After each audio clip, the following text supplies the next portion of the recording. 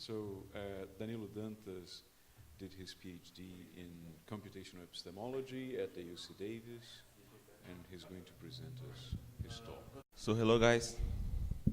So let's get started. So this is the name of my presentation. Necessarily problem, not a zombie. Maybe just drunk, but not a zombie. Okay, so first thing, the presentation is about the zombie argument. I have the lucky that a lot of people talk about it, so I'll skip faster. So that's the argument. And in this argument, P is supposed to be a huge conjunction of the fundamental physical truths and laws, right? In which maybe the fundamental physical truths and laws is the smallest set of physical truths and law on which all physical truths supervene on, okay? And Q is supposed to be an arbitrary phenomenal truth. For example, if Q is the phenomenal truth that something is conscious, the possibility of P and not Q express a zombie world, a world where everybody is physically just like us, but nothing is conscious. Okay, so premise 3 is pretty much accepted. It's usually thought that physicalism entails that all phenomenal truths supervene on the physical truths, the fundamental physical truths, but premises 1 and 2 are more discussed.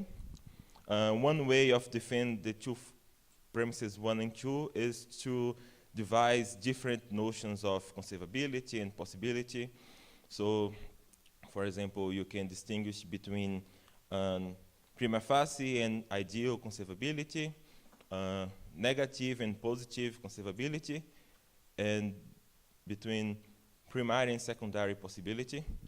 The version of the argument that I'm discussing here is that one in terms of ideal negative conceivability. Okay? So when I say zombie argument, I'm always talking about that argument interpreted in using the notion of ideal negative conceivability. So this notion is defined like that. Phi is ideally negatively conceivable if and only if phi is not ruled out a priori on ideal rational reflection. I take this definition kind of obscure because it's not very clear what ideal rational reflection means. It could be a little better if we use the notion of an ideal reasoner as a model of ideal rational reflection. I did this model in my PhD dissertation. I cannot talk very much about it here, but this option is kind of implicit in Chalmers, but is explicit in Menzies. He talks about ideal conceiver, something like that. And usually, ideal reasoners are taught as reasoners without cognitive limitations, so with unbounded memory and unlimited computational power, something like that. I take a lot of contention with that in my dissertation, but I will not be able to talk about this here. Okay? So if you are expecting to use this notion of an ideal reasoner in the zombie argument, this reasoner has to have some features. And the first one is that, so R is the ideal reasoner, believes that phi, if and only if phi is a priori. That's because we are expecting that reasoner to model ideal rationality, a priori ideal rationality. Okay? And another feature is that the argument moves from the fact that P and not Q is ideally negatively conceivable to the fact that Q does not supervene on P, and from that you conclude that physicalism is false. So in order to the argument be valid, by contraposition, for all phi that supervenes on P, and that's what I'm talking about when I'm talking about superphysical truths. So superphysical truths are truths that supervene on P. on the fundamental physical truth. So in order to the argument to be valid, for all superphysical truth, phi, the ideal reasoner has to believe that if P then phi, right? Because if P then phi is believed by the ideal reasoner, supposedly P and not phi is not ideally negatively conceivable, right? And this second feature is a version of the scrutability thesis. Okay? So in this paper, I'm going to argue that the zombie argument is not an a priori argument, and it's not conclusive. So I'm not saying that the argument is does not work or something like that, only that it needs empirical information, what is a surprising thing.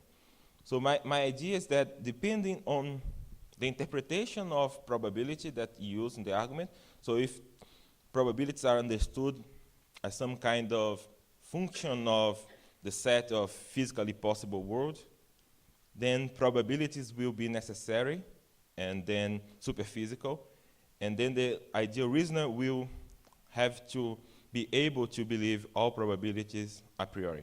So that's, because of that, I have to talk a little bit about interpretations of probability. I cannot do it, I have to do it quick here, but hopefully you have two big groups of interpretations. You can talk about subjective or epistemic interpretations, where you have the Bayesian interpretations and Carnap's logical interpretation, and you have some objective notions, where you have the frequency interpretations, propensity interpretations, nomic interpretations. So I'll be concerned here more with the objective notions, because they are more easily modeled as functions of the set of physically possible worlds. Okay? You have something like that in the logical interpretation, but you don't really have physically possible worlds. You have state descriptions that has some important differences. But for the objective notions, it's very common to say something like that. Oh, the probability of a coin lands head is 1/2, because you have two possibilities. It can land heads or tails, and in one of those two possibilities, it lands head, so the probability is 1/2. So that would be the classical interpretation, something like that. But for those three kind of interpretations, you can, with certain, it makes sense to model it as a function of the physically possible worlds. Okay? Not the frequency interpretation, but at least the hypothetical frequency interpretations. So given that, it's an interesting question to know the size of the domain of the superphysical, right? That's the point of the argument. So it's kind of obvious that all physical truths are superphysical, right? By definition, maybe. So if all physical truths are superphysical, supposedly the ideal reasoner has to be able to believe that if P, then phi, where phi is physical, and P and not phi is not ideally negatively conceivable, right? So probably the same holds for truths of neuroscience. So for example, my neuron X is firing right now, supposing that it is, and that is a superphysical truth with the same consequences. But those two last ones are more difficult. So what about truths of the form, the probability of phi is X, and truths of the form, phi and psi has correlation X? So I'll try to argue that those truths are superphysical. Okay? So that's my idea. So if probability is a function of the physically possible words, and the accessibility relation is of equivalence, and that's an important point, then the probability function will return the same answer in every possible word, every physically possible word. So in this model, you have, so phi is true in those two words in the left, your left, and phi is false in those two words in your right. But even though the probability of phi is the same in every word. So it's 0.5, because you have half of the words that are accessible. In each word is phi is true, and in the other half, phi is false. So the probability is the same. So it's necessary that the probability of phi is 0.5, where this is physical necessity, okay? It's not metaphysical necessity. At first, I find that kind of bizarre, but then I start seeing that a lot of people thinks that probabilities are physically necessary. So if the probability of phi is physically necessary, you cannot change the value of that probability without changing the physical laws, because it is the physical laws that give you the set of physically possible words. So you cannot change the probability of phi without changing the physical laws. You cannot change the physical laws without changing p. So that probability is superphysical. Okay? But if it is superphysical, the ideal reasoner must be able to believe in a priori basis that P entails those probabilities. So the interesting point is if that phi is a phenomenal truth or is a phenomenal sentence. I think that it does not change anything. First, because whether the probability function work for some sentence does not seem to have anything to do with which predicates are used in that sentence. And my second point is that physically possible words are saturated entities. So for any physically possible word, either Q, let's say that Q is a physical truth, is true or false in that word. Since words are saturated, you don't have the possibility of either Q and not Q are not true at the same time. So if Q must be true or false in any physically possible word, the proportion or the density of the words where Q is true is fixed by the physical laws. That's strange, but that's my point. But then the probability of Q is physically necessary, and it's superphysical, and the ideal reasoner must be able to form the belief that if P, then the probability of Q is X, where X is the correct value of the probability. Okay, and the same holds for correlation sentences, because correlation is just defined using probabilities, right? So how the ideal reasoner would form those beliefs, I don't have a clue. I know that for us, finite reasoners, we can only form those beliefs from empirical data, like neuroscientists do that when they study correlations. But somehow, that reasoner must be able to do that. Maybe he generates all the state descriptions of his mental language, and then he checks which ones are consistent with P, maybe. But even he doing this, I don't think he could get to the probability of Q, because the state descriptions are not saturated. But somehow he must be able to do that, okay?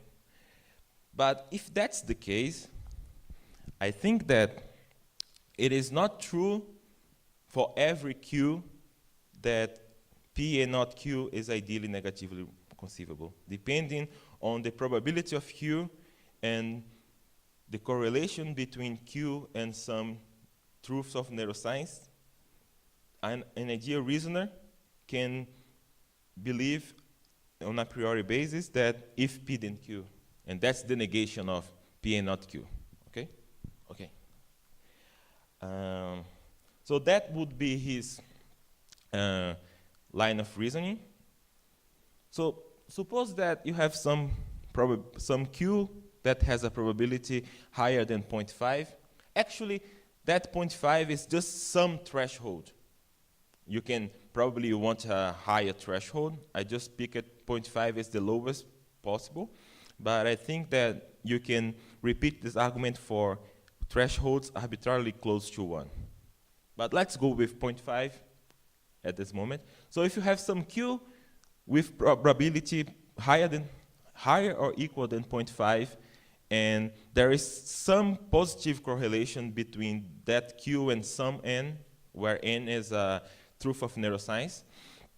So the ideal reasoner must believe that if P, then the correlation between Q and N is positive, because that's superphysical, and he must be able to do that. But then he can believe that if P, then the probability of Q given N is higher than the probability of Q, because that's the definition of correlation. And also he believes that the probability of Q is equal or higher than 0.5, because that's superphysical.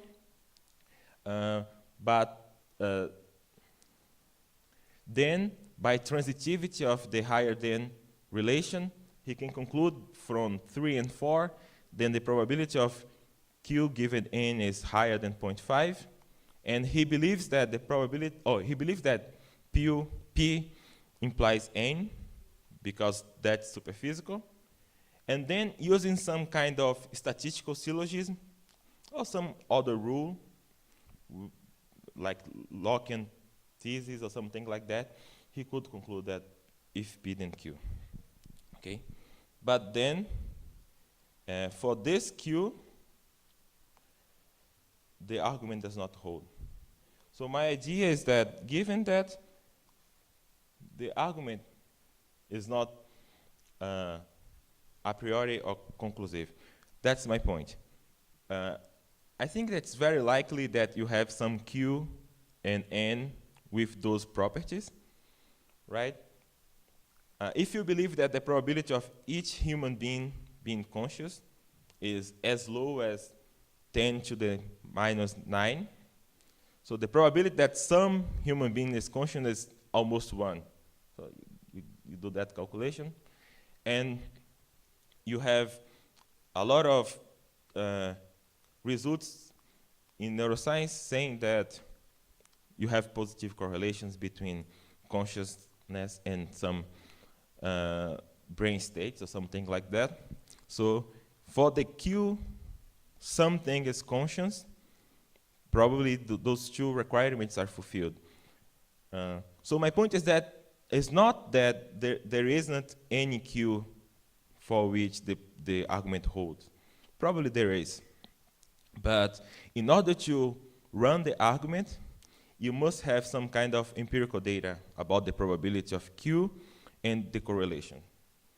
But since you need empirical data about those truths, the zombie argument is not a priori. It relies on empirical data.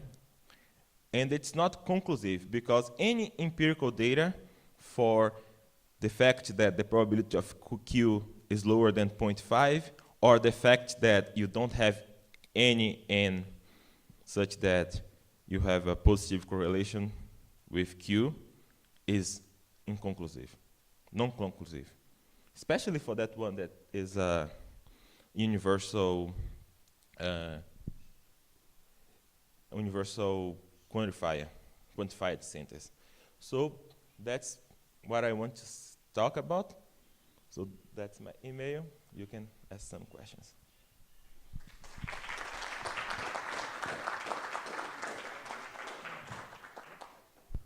Thank you.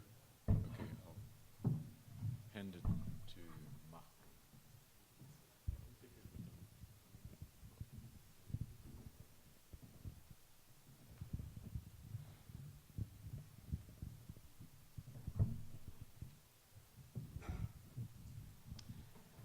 Thanks. That was really interesting. I think that the sense in which this rules out zombies is going to be a slightly different sense of zombies from the ones I'm concerned with.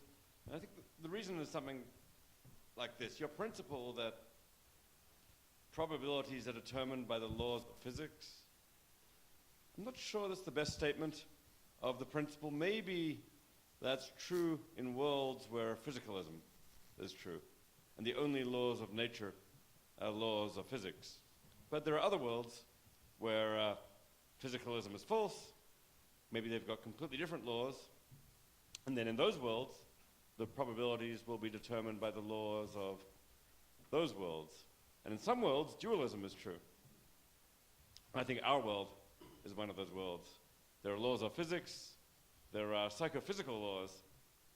I would say, okay, then the probabilities in this world are determined not by the laws of physics in this world, but by the laws of nature in this world. So say I'm right, and there's laws connecting physical processes to conscious experiences, then the probabilities of conscious experience will depend not just on the laws of physics, but on the psychophysical laws. So I think once one runs your argument with laws of nature, which is the general notion as opposed to laws of physics, then what you'll get out of this is the conclusion that you can't have a world that's physically identical to ours and identical in all laws of nature, but without consciousness. And I agree with that conclusion, I think.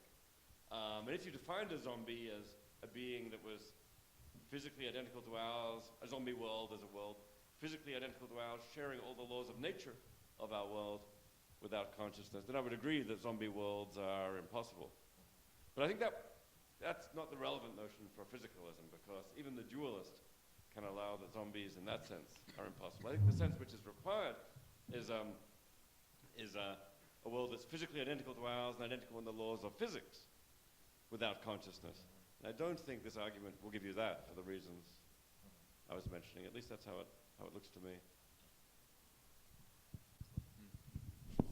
Yeah, I was discussing that with Danielle yesterday. Yeah, I agree with that.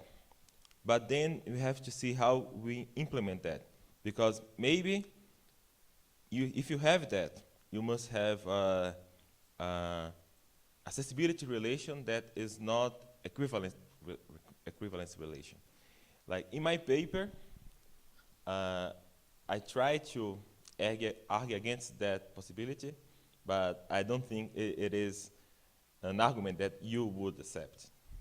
I would say that, probability is used in physics, blah, blah, blah, and if you have a accessibility relation that is not defined by the physical by itself, that function will be some source of mysterious, but I know that you do not accept that. But I agree with you. You must have some kind of, in order to not having different functions, because I think that's more bizarre. You have a probability function for physical synthesis and probability function for phenomenal synthesis. You must have some kind of more complicated accessibility relation. Another way that I thought that could block this argument is from the distinction between primary and secondary intentions. Because maybe if the object of belief is not secondary intentions, it's primary intentions, and I saw a paper of you that you defend something like that. I couldn't understand, that's why I didn't. No, it's not that I read a lot, I just read a little bit. I couldn't grasp the point, but I do think that it's another way you can handle this. So maybe it's a question of see which is the best way. So I don't think that it's like an objection, but it's an issue that I found interesting to comment the argument.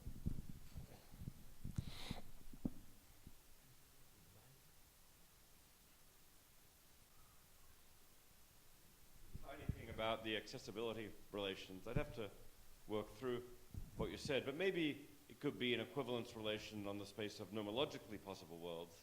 That's what seems plausible to me, and maybe, given certain assumptions, the laws are fixed across nomologically possible worlds, and so the probabilities are fixed. But I don't think that would extend to all metaphysically possible worlds.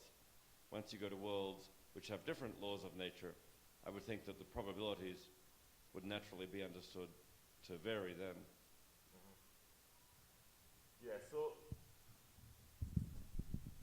everything will like come down to the fact where we are, right? So, yeah.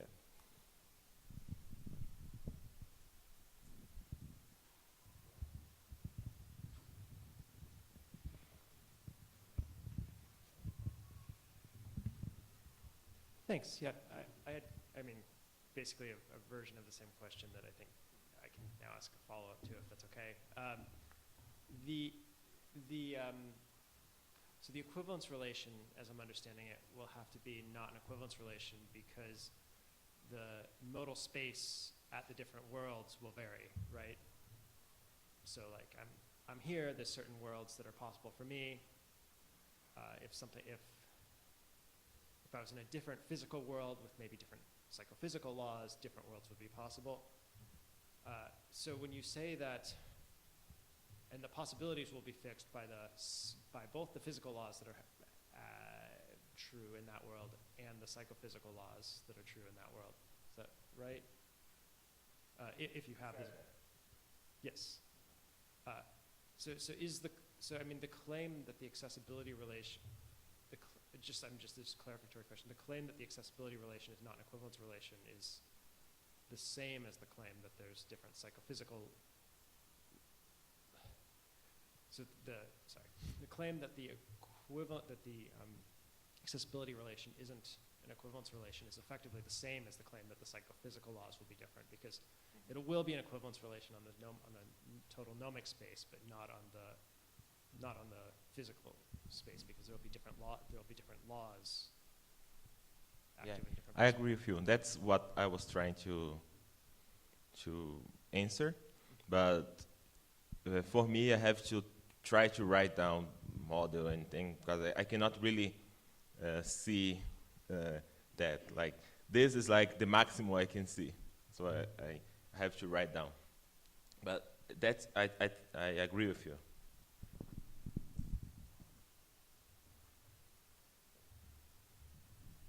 Okay, so let's move on. Thank you, Danilo. Thank you for your time.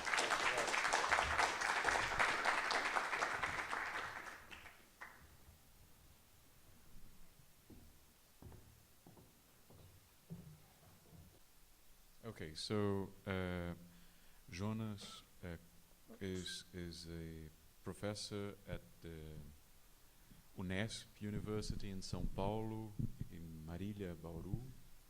And he's also going to present a talk for us today.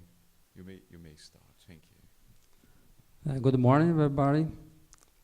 It's a pleasure to be here. My paper is divided in two parts. I will pass quickly for the first part, and I will talk a little bit more about the second part. It's based on the sensory model account of vision and visual consciousness by Oregon and Noe, where they put the question, what is visual experience and where does it occur? They will criticize this approach of vision when we see the brain produces an internal representation of the world, and it's the activation of this internal representation that gives rise to the experience of seeing. They criticize this view. In fact, they criticize a general view according to which the consciousness is a product of the brain. It's a kind of representation produced by the brain. They define the problem of consciousness as the Coelho problem, defining Coelho ways in which we experience something subjectively, the phenomenal or qualitative or intrinsic properties of experience known through introspection. So the Coelho problem would be referred as the explanatory gap, would consist in connecting subjective and objective states, processes. It has been suggested on this point that there is an unbridgeable explanatory gap that's not possible to explain the subjective felt aspects of experience in general, in behavioral, physical, or functional terms. They criticize they talk about this, and they argue that the Coelho understood as properties of experiences, states, or events, or occurrences do not exist. They argue that Coelho does not exist. They present this a kind of a passive idea of a Coelho. However, by denying the existence of a Coelho as just defined, they are not denying that experience has a qualitative character, but a sort of a passive way of thinking about it. This is the important point. They are not saying that we don't have a qualitative experience. They are saying, criticize this idea of Coelho as a passive experience. Oops. How to fix this?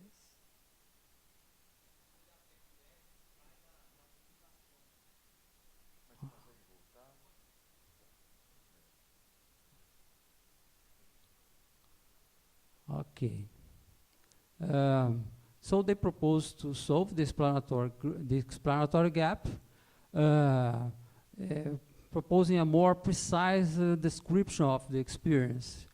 And they propose a phenomenological reflection on experience which captures what we believe as experiences about our experiential life, but does in a manner that does not give rise to the mystery of the explanatory gap. They try to, from this sensory motor contingency theory, solve the explanatory gap. Oregon and Noe theory is centered on the idea that vision, they take the vision as a paradigmatic example, is an exploratory activity mediated by sensory motor contingencies, a mode of exploration of the world that is mediated by knowledge of what we call sensory motor contingencies. And what they mean by sensory motor contingency is the structure of rules governing the sensory motor changes produced by various motor actions. So to have a visual perception is the same as being able to exercise controls of the rules of sensory motor contingency associated with vision. And so they describe these rules. In general, they are talking about the way how in the case of visual consciousness, the way how our eyes work, the rules that organize the functioning of our eyes, and how the external environment affect our eyes. Excuse me.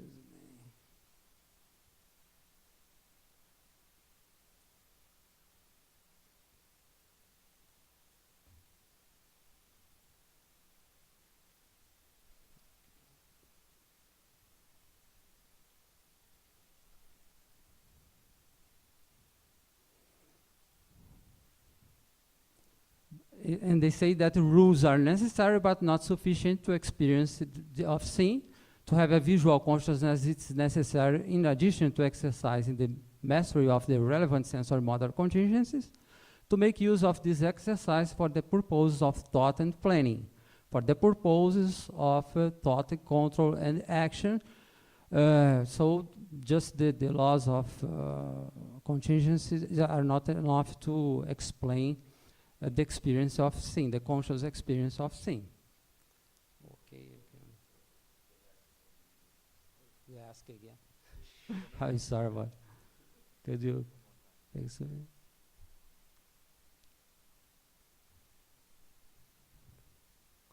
Okay, as I told you, I'm passing quickly for this first part. There are lots of criticism. I agree with this criticism that the sensory motor theory, contingency theory, does not solve the explanatory gap. For example, the criticism by Andy Clark and Joseph Toribio, they agree with Reagan that the emphasis on the intimate relationship between conscious content and embedded action, but disagree that they have succeeded in dissolving or avoiding the hard problem. A robot that is an excellent ping pong player would meet the conditions established by the sensory contingency theory, the use of visual stimuli, the learning of visual, sensory, motor contingencies, and the goal of the winning, but that would not imply that this robot has some kind of conscious visual experience. Surely someone could accept all that Reagan and Noah's offer, but treat it simply as a count of how certain visual experiences get their contents, rather than as a dissolution of the so-called hard problem of visual Coelho. So there are many criticisms addressed to this try to solve the explanatory gap based on how we act and so on. But as I told you, this is just the first part of my paper. I talk a little bit more about that, but I will pass for the criticism, and I present to you what I consider the positive part of my paper, how I see this problem of the explanatory gap, assuming this representative view that, according to it, the brain is create representations of the external world. So I presented two aspects of the explanatory gap. The first one is if and how the structural and functional organization of the brain gives rise to consciousness, its particular forms and contents. So, how to face this problem? Maybe considering that it's a scientific problem which demands a scientific solution. The explanatory gap, if it exists, it's not a privilege of the psychophysical relationship. Here it was inspired for me, or the text by David Chalmers, where he says, there is a system of laws that ensures that a given physical configuration will be accompanied by a given experience, just as there are laws that dictate that a given physical object will gravitationally affect others in a certain way. It might be objected that this does not tell us what the connection is, or how a physical configuration gives rise to experience. But the search for such a connection is misguided. Even with fundamental physical laws, we cannot find a connection that does the work. Things simply happen in accordance with the law. Beyond a certain point, there is no asking how. As Hume showed, the quest for such ultimate connections is fruitless. If there are indeed such connections, they are entirely mysterious in both the physical and psychophysical cases. So psychophysical cases are not a privilege. There has no privilege in this case. So the latter poses no special problem here. It is notable that Newton's opponents made a similar objection to his theory of gravitation. How does one body exert a force on another far away? But the force of the question dissolved over time. We have learned to live with taking certain things as fundamental. So this is the point. Here I summarize a little bit, very much in fact, some aspects of the visual experience, how our brain, from the stimuli that comes from the environment, and how our eye works, etc., etc., etc., how the brain creates the visual consciousness, the visual experience. And the idea, I'm not read this, but the idea here is, insofar as you know more and more about how the brain works when you have visual experiences, in a particular case, or other kinds of visual or other kinds of conscious experiences, maybe this feeling that there is a gap will diminish, like maybe, or it will diminish. Maybe this is not sufficient to solve the problem of the gap. If it makes really sense to look for a connection, because if you describe, if you know in details, deeply, how our brain works when you are having visual experience, what else could you try to looking for? Maybe this is the hard problem, to understand how the brain works. This is a big problem. It's not a very complex structure. Considering what was said, the difficult problem to be solved, the scientific problem, refers to the knowledge of the details of the brain structure and functioning, responsible for the several aspects of visual consciousness.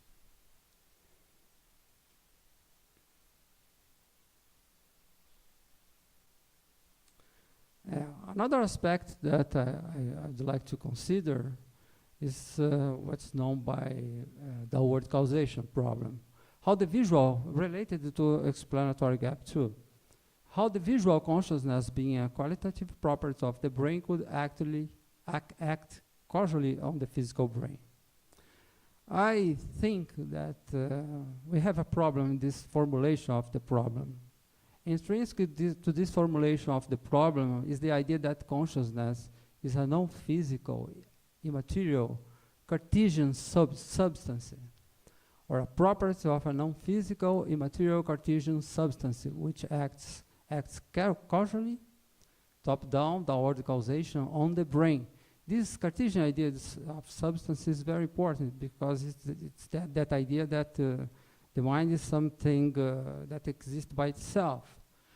Even if person don't consider that the mind is some kind of substance, when they formulate the problem of downward causation, they are assuming this kind, I believe, this kind of perspective.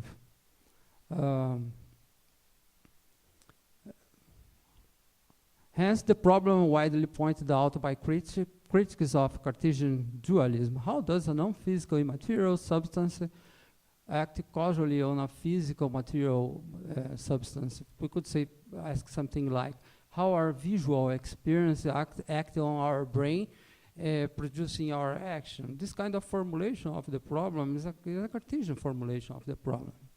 This problem would not arise if visual consciousness were neither considered as a non-physical substance, Cartesian substance, nor as a property of a non-physical substance.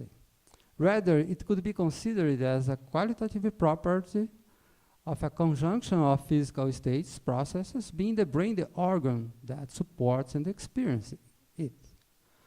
How to understand the causal function of these properties of the brain? I propose consider consciousness in general, visual consciousness as a paradigmatic example, as a guide, a sort of feedback that the brain uses to interact with the body and in which it is embodied, and through its body, with the external world in which it is embedded. Okay. I will try to clarify this point. Assuming that visual consciousness is a qualitative property of the brain, which depends on the interaction with other parts of the body and with the environment outside of the body, and that the brain uses it as a guide to act adaptively in the world, the process could roughly be understood as follows. An embodied brain, I'm taking the visual experience as an example, paradigmatic example. An embodied brain that moves in space receives, through the eyes, stimuli from the external environment, not only producing the forms and contents of its visual consciousness, but also using this to guide its embodied movements in the outside environment in which it is situated. The visual consciousness would be to the brain something like the light of a flashlight is to an individual in a dark environment. The flashlight produces the visibility that the individual uses as a guide from which he moves the flashlight, creating other visibilities which he continues using as guides that allow him to move himself safely in his environment.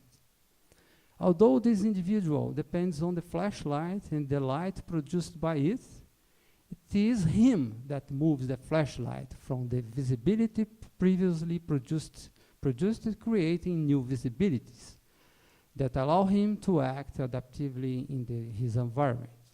This analogy allows us to understand the relationship between visual consciousness and the brain, both by difference and the similarity. Unlike the flashlight metaphor, it is the brain, the individual, not the flashlight, that produces the visual consciousness, visibility, from the environmental stimuli captured and transmitted by the eyes. Like the flashlight metaphor, the visual consciousness, visibility, is used by the brain as a guide to act adaptively through its body in the outside environment. The actions implemented by the brain from the forms and contents of visual consciousness created by it from the body and the external stimuli allow it, through movements of the eye's body, to receive other visual stimuli, which produce other brain modifications, generating other forms of and contents of visual consciousness, new visibilities, which will be used by the brain as guides for new actions in the outside world, and so on. Oh my gosh. Could you fix it? Okay.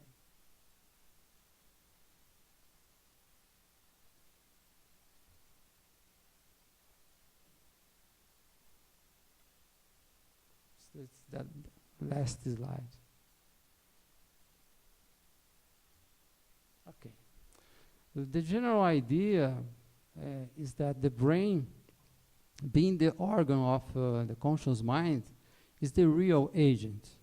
It is the brain and not a Cartesian person who takes decision, initiates, and supports actions. What is currently constitutive of a person, that is the several forms and contents of its conscious mind, perceptions, memory, belief, intention, volition, emotion, imagination, self-consciousness, etc., are used by the brain as guides to initiate and keep actions in the world. That's it. Thank you.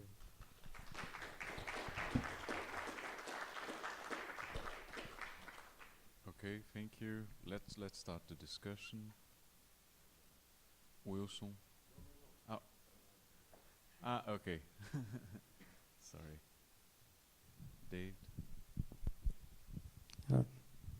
Yeah, I'm interested in this idea of consciousness as a guide that the brain uses in action. I mean, if we think of if consciousness here is some kind of, it's not itself a physical property of the brain, but one that's only connected by laws, how does it act back on the brain as a kind of guide? Is there some kind of strong downward causation of consciousness on the brain?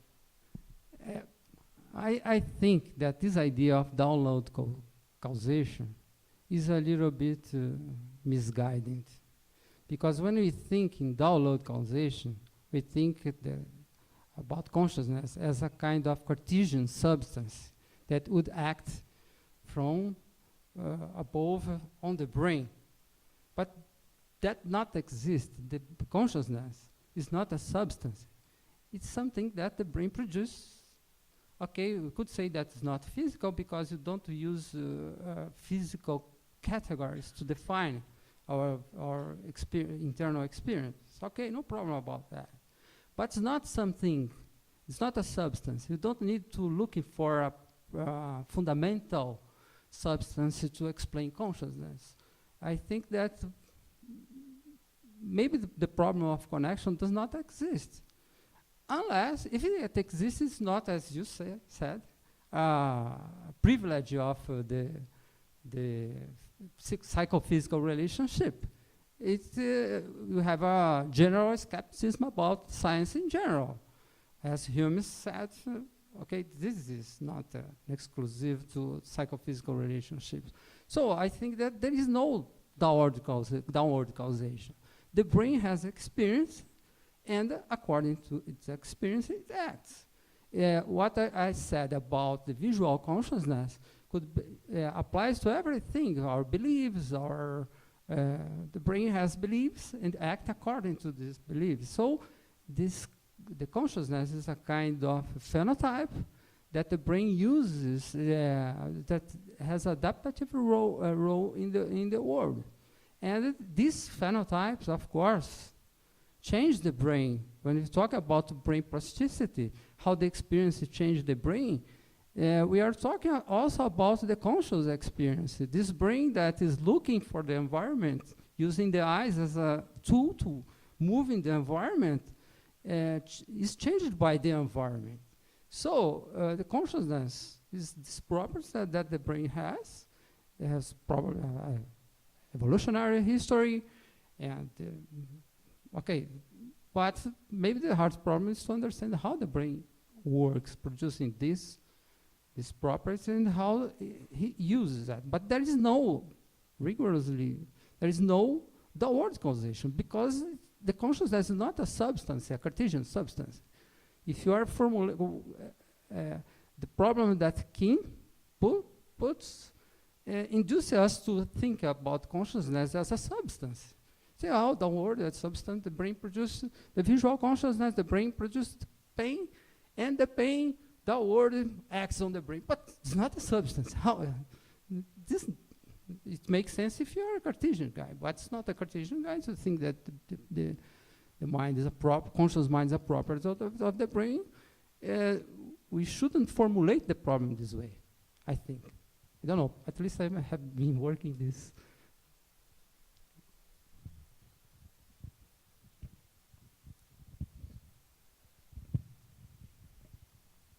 Thanks for the presentation. What kind of brain has a conscience? My question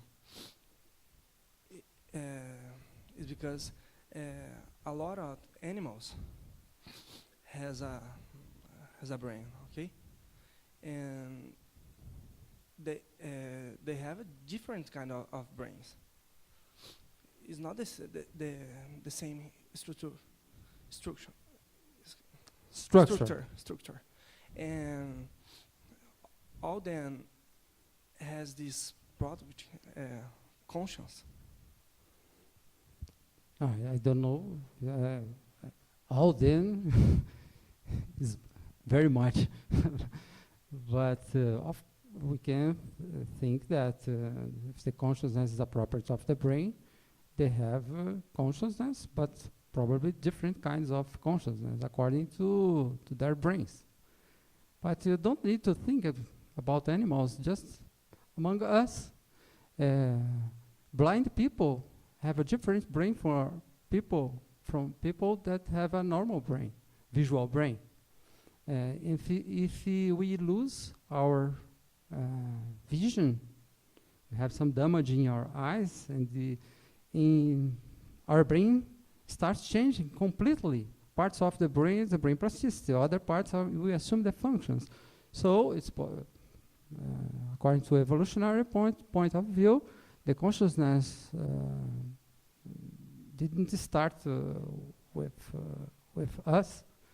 It's part of a longer evolutionary history where it starts.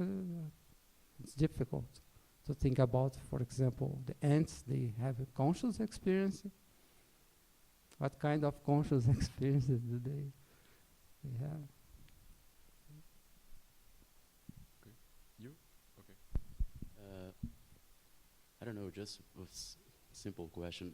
Can other things that are not brains be conscious? So why is consciousness property specifically of brains, if it's possible of some other things to be conscious as well? And just the second thing, can the brain do exactly the same thing it does without being conscious? Just kind of you get the same functions going on, so you get whatever is the brain doing, right? Because you said that the brain is the agent, right? So whatever is the brain supposed to be doing, whatever, can it be done without consciousness? Why is it necessary? Why is it coming up, and why we have this, right? Okay, let me see if I understood. The brain does many things without using the consciousness. Okay, he's all the time acting and reacting to our body, to informations of the environment. But there are some things that the brain would not do without consciousness. For example, philosophy. Right? It would be impossible to, I think, without conscious experience, without thinking about the past, about the future, be able to think about the death or things like that. It wouldn't be possible to make a philosophy. I don't believe that a zombie world like our would be possible if a zombie world like our world, where we could see zombies doing philosophy, art, science. I don't think that would be possible. And so, because the consciousness, I'm considering that the consciousness is a phenotype that gives to the brain capacities that the brain would not have without consciousness. It's a property of the brain. What that not means that it would be impossible for other kinds of physical structure create consciousness too in appropriate bodies and environment and so on. Don't know if I. Okay, I would have one question as well. I didn't understand what do you mean by this guidance role that consciousness or conscious states would play, especially if you don't accept that there are causal relations between consciousness and the brain, or that there is no downward causation problem. Actually, the question is how this guidance occurs. What is it for the consciousness to guide the brain? Now, when you formulate the question this way, the consciousness guides the brain, I think that is a Cartesian formulation of the problem. Okay? I'm saying, no, I'm not saying that the consciousness guides the brain. I'm saying that the brain uses the consciousness as a guide. I'm thinking about the primary adaptative role of consciousness in the world. So the brain has consciousness as the example I gave for the visual consciousness. The brain uses the visual experience as a guide to act.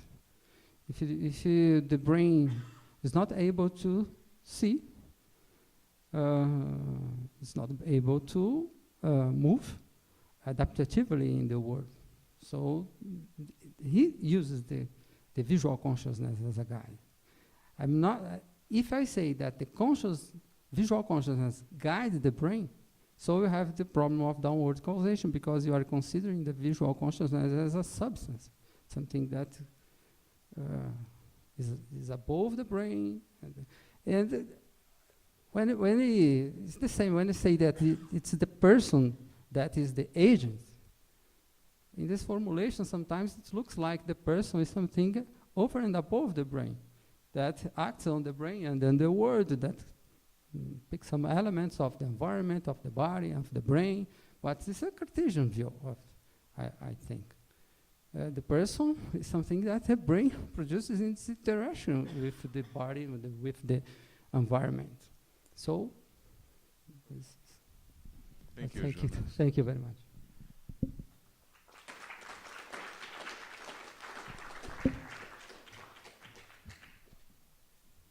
Okay, so our next speaker will be Victor. He's an undergraduate student at the University of São Paulo, working with Oswaldo Pessoa. Okay, and well, he's going to present this talk for us. Esse é o que você não pode apertar de forma alguma. Okay, you can start. Hello, right.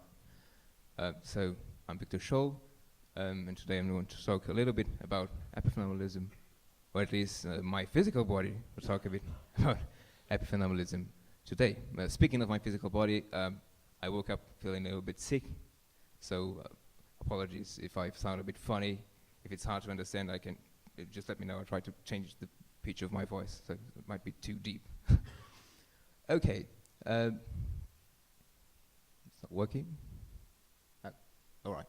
So that's the general structure of my presentation, right? So first, I present the problem of exclusion and the exclusion argument, and then I'll argue, or at least I indicate, that any vindication of mental efficacy, that is the defense that epiphenomenalism is false, must preserve a notion I will present, which is the notion of mental causation. And then at the end, I briefly discuss some common arguments that have been usually put forward against epiphenomenalism. I guess that some of them are weak and others are a bit more challenging. Oh, Jesus. I don't know if it's falling here. Spoilers. Right, next one. Gently, right. Didn't work.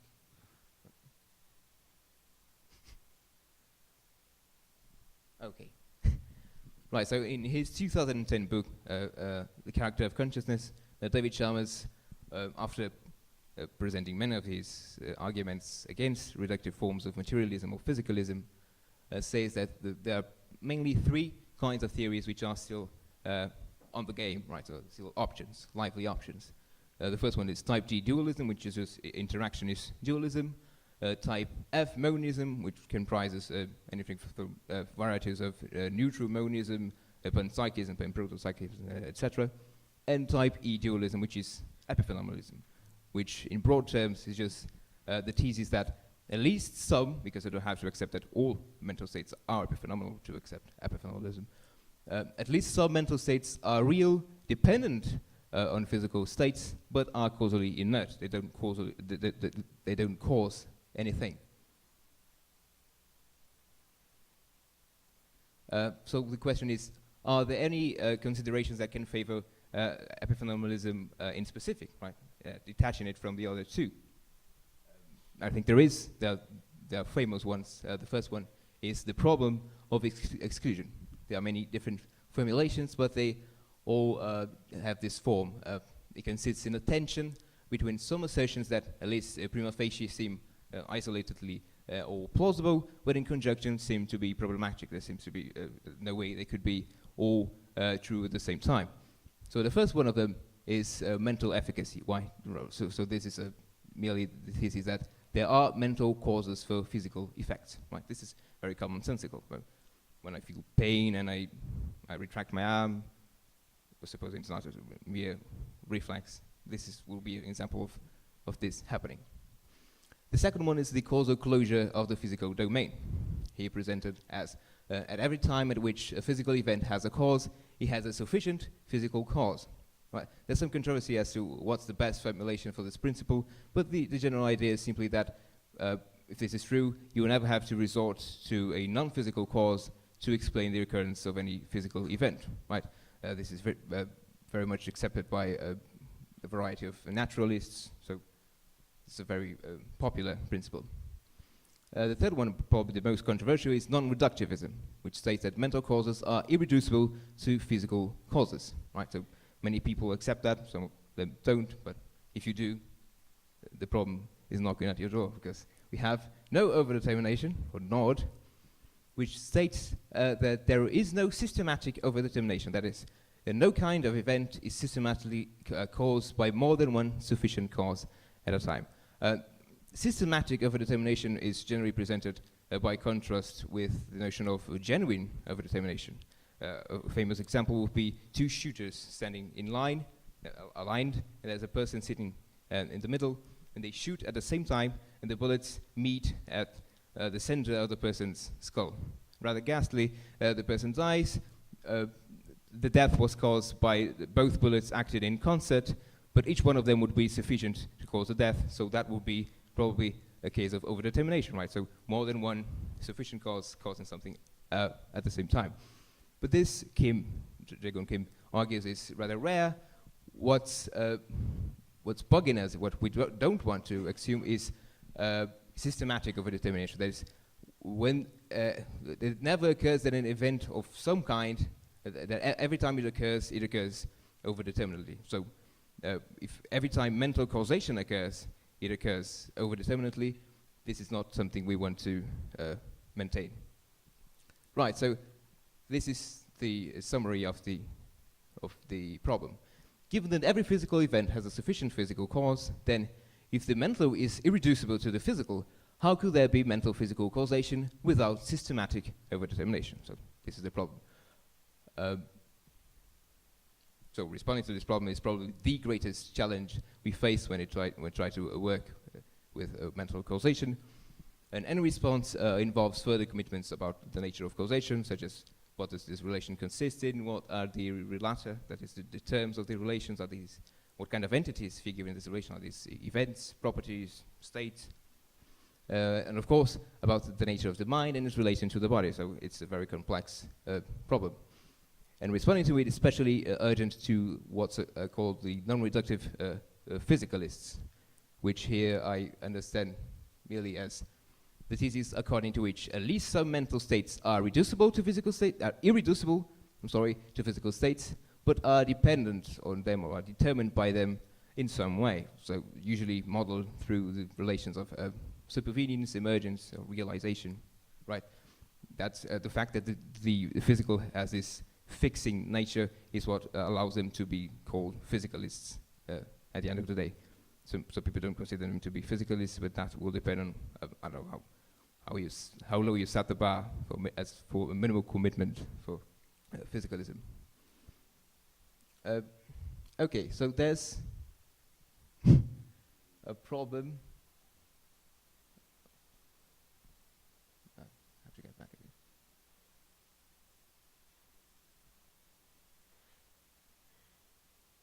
Okay, so there's a kind of argument that builds up from the points raised by the problem of exclusion to conclude that if non-reductive physicalism is true, then there can be no mental causes to physical events. That is, the mental efficacy principle or assumption is false.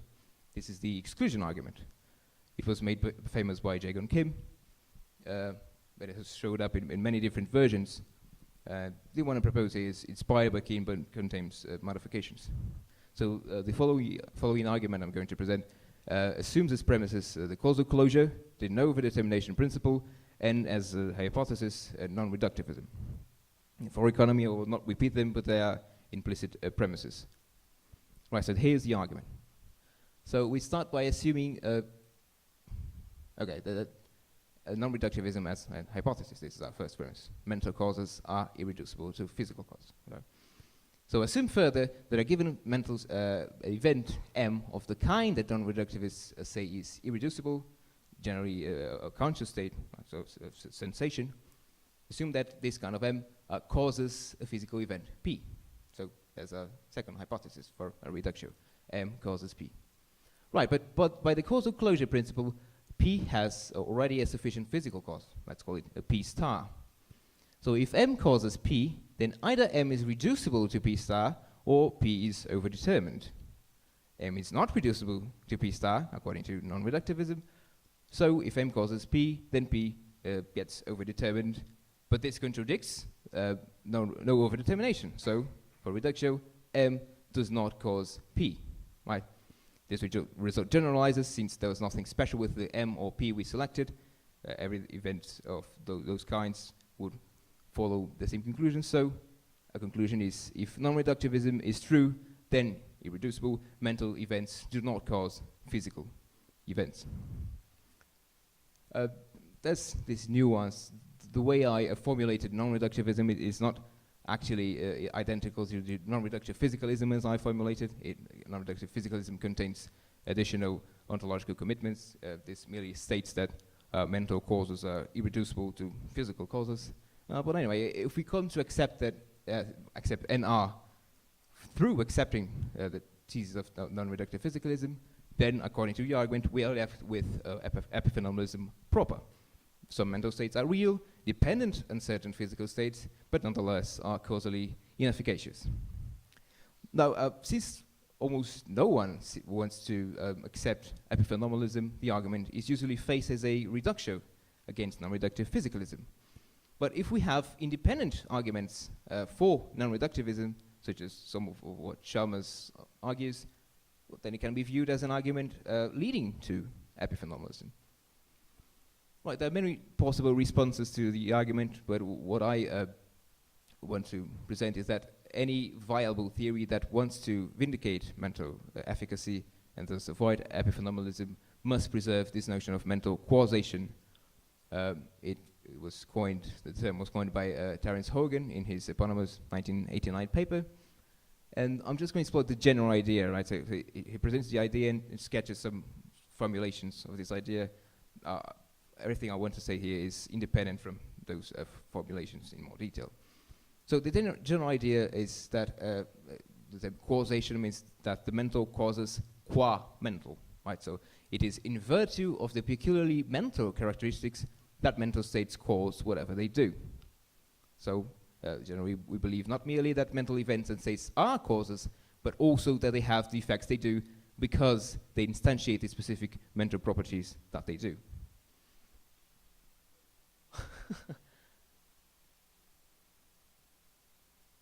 Okay, so this is fairly commonsensical, right? So the idea that Hogan defends is that common sense assumes that mental properties are explanatory relevant to the causal transactions in which those events figure as causes. So there are many examples. Suppose I drink something, I find it quite bitter, and this causes me to throw the rest of the beverage away. It seems that it was because I felt the bitter taste that I did what I did. These examples can become quite fine-grained, so consider the instance of wine tasting. So suppose a fancy sommelier sips a bit of wine from a glass and makes the following report, something like, oh, this has some flowery notes and a woody texture to it, or whatever sommeliers say about wine. What's going on here? We want to say, at least commonsensically, that what caused his report was the fact that he felt a taste, but in more detail than that, the fact that he felt some notes in those tastes, or some details in that sensation. So I think this corroborates the idea that causation is part of our common sense. So here's a sketch of the conditions for the formal relation of causation, which is formulated as a four-place relation. C and E are events, F and G are properties. The relation then is C qua F causes E qua G. The first three conditions are rather innocent. The fourth one is the one I want to bring to attention because it does all the work Hogan thinks is needed. So the fact that C instantiates F is explanatory relevant to the fact that E occurs and instantiates G. So his idea is that any view which denies this latter claim surely qualifies as a kind of epiphenomenalism, kind of Sholl causal epiphenomenalism. So there are examples of theories that might vindicate mental efficacy, but nonetheless fail to preserve the notion of mental causation. Some brief examples I'm not going to discuss here in the presentation, we can talk about this later, are Davidson's theory, in which token mental events and token physical events are one and the same event, but nonetheless, some argue what does the causal work is just the physical part, so the mental characteristics will be epiphenomenal. And same goes for David Robb in his stroke theory. It's the same considerations apply, at least according if the critics are correct. So this is a good conclusion.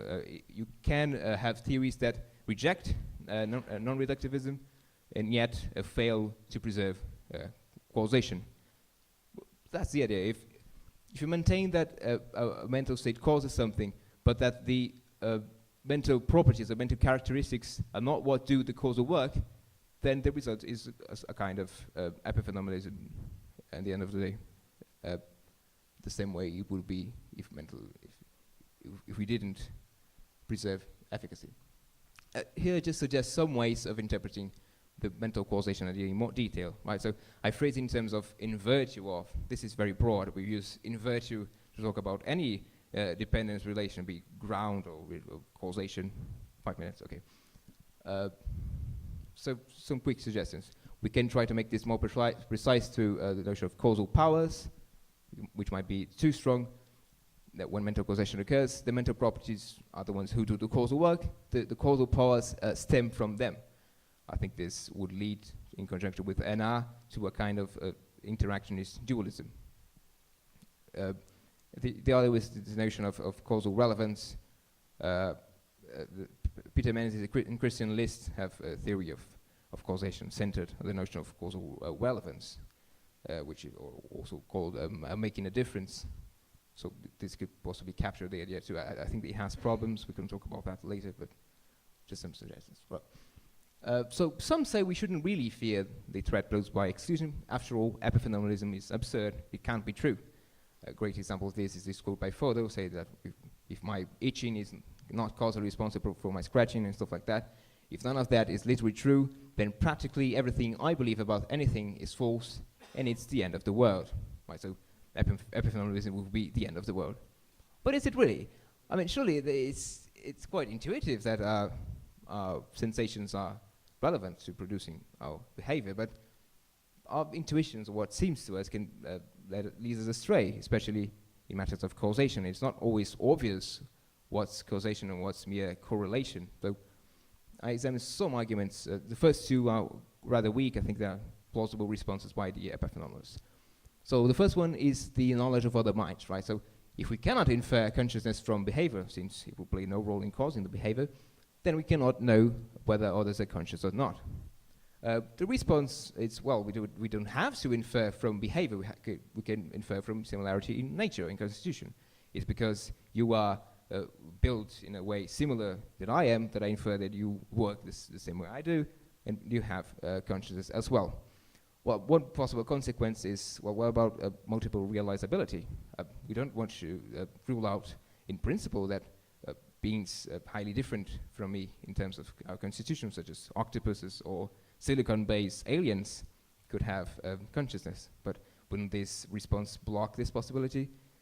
Maybe we'll have to move back to function, but isn't that stepping back and it's too close to behavior? I don't know how that works. So that's this caveat. Right, the argument from natural selection, I think Professor Jonas mentioned this. If consciousness played no role in our actions, it wouldn't have evolved, and yet it did. Well, the response is that not all selected characteristics have to be adaptive.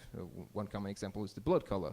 The fact that our blood is red is not causally relevant. It was just a byproduct of evolution. So there's a set of physical characteristics that are evolutionarily selected, and there's some kind of psychophysical laws linking the occurrence of those conditions with mental states. Then every evolutionary process that selects those characteristics would also select the mental characteristics, as Chalmers summarizes in great fashion.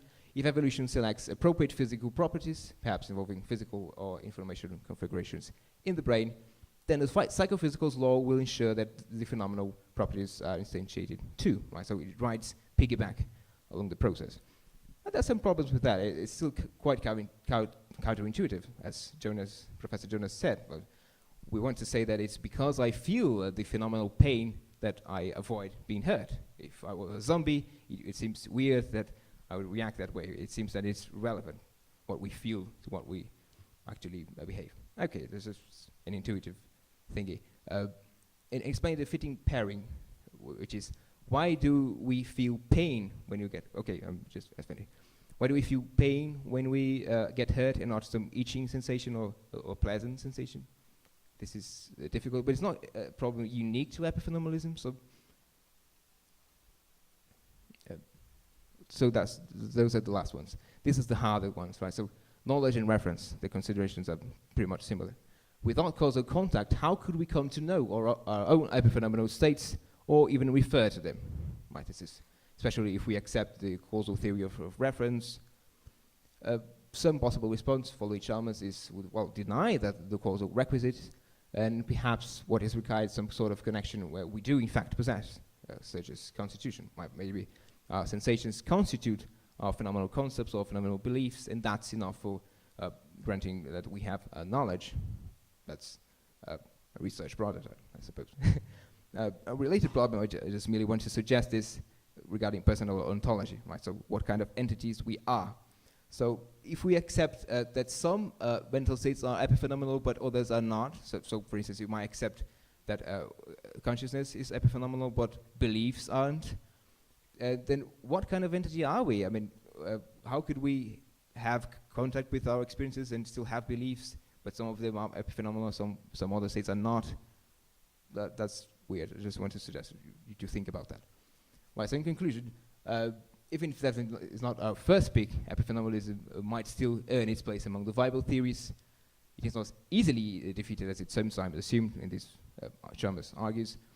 In which I think the problem and the argument of exclusion, which on their own should be enough to give us pause, supplemented by the causation requirement, forces us to take it seriously, especially if we have independent reason to reject reductive theories.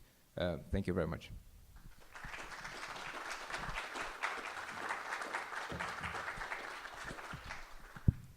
Okay, let's start with the questions.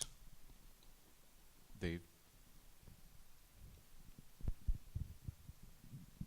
Yeah, I wonder what you think about another problem for epiphenomenalism, which is the one that worries me the most. It's basically the luck problem.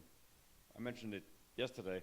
You know, so basically, you gave this whole talk about consciousness in which consciousness played no role. You know, your body just, your brain and your body just produced all these claims about this, these cool mental states that you have, and just by amazing luck, you seem to, you actually have mental states that make all that talk correct. Is there some way to kind of minimize the sense of coincidence, on your view? So far, no. I see no way out of it. That's why I think it's one of the hardest problems. Yeah, that's one thing I didn't mention, but yeah, it would seem lucky that we can refer, lucky that we have actual knowledge. I don't know.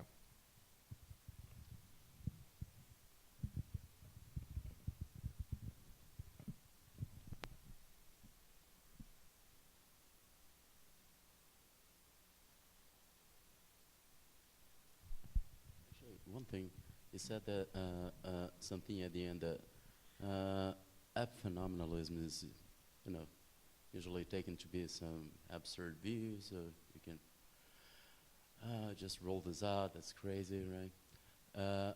And then you said that maybe we have some independent reasons, right, to believe that. So maybe these independent reasons are the reasons why it's not just lucky, right, that we live in this world and there's a phenomenal problem. And what are the independent reasons you see for?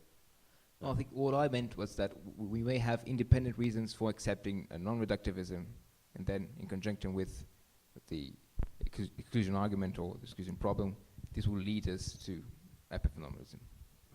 But yeah, we can still have, we don't have to rely on arguments which just state that epiphenomenalism is outright absurd. No, those other arguments try to focus on more specific details. Oh, so it's like an argument by elimination.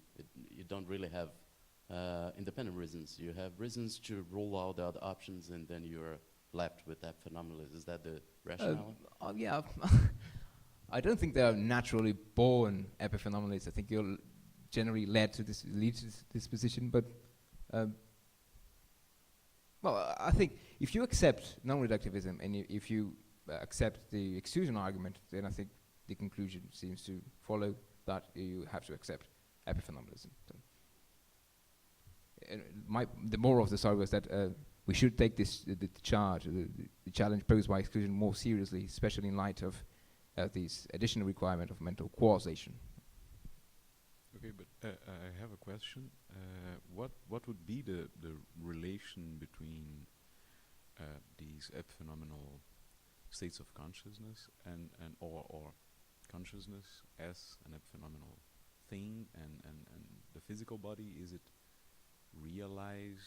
Have you any Well, thoughts yeah. about it? Not exactly, but well, those like supervenience or emergence will depend on which relation you think is the best suited. But definitely, I think there will have to be some psychophysical laws that explain the occurrence. Yeah, that's rather tricky. How consciousness arises or is connected to the body.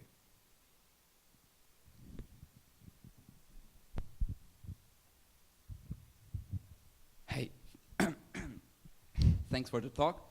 I was intrigued by your claim that the problem of pairing is not just a problem for epiphenomenalism, because recently I was thinking about panpsychism, and I mean, even if we accept that the basic constituents of the world are intrinsically painful or intrinsically green, and that they ground the causal dispositions or the interaction dispositions of these elements of the world, it would still be lucky that the painful intrinsic nature of matter led it to have causal powers appropriate for a painful sensation, such as leading to avoidance or something like that.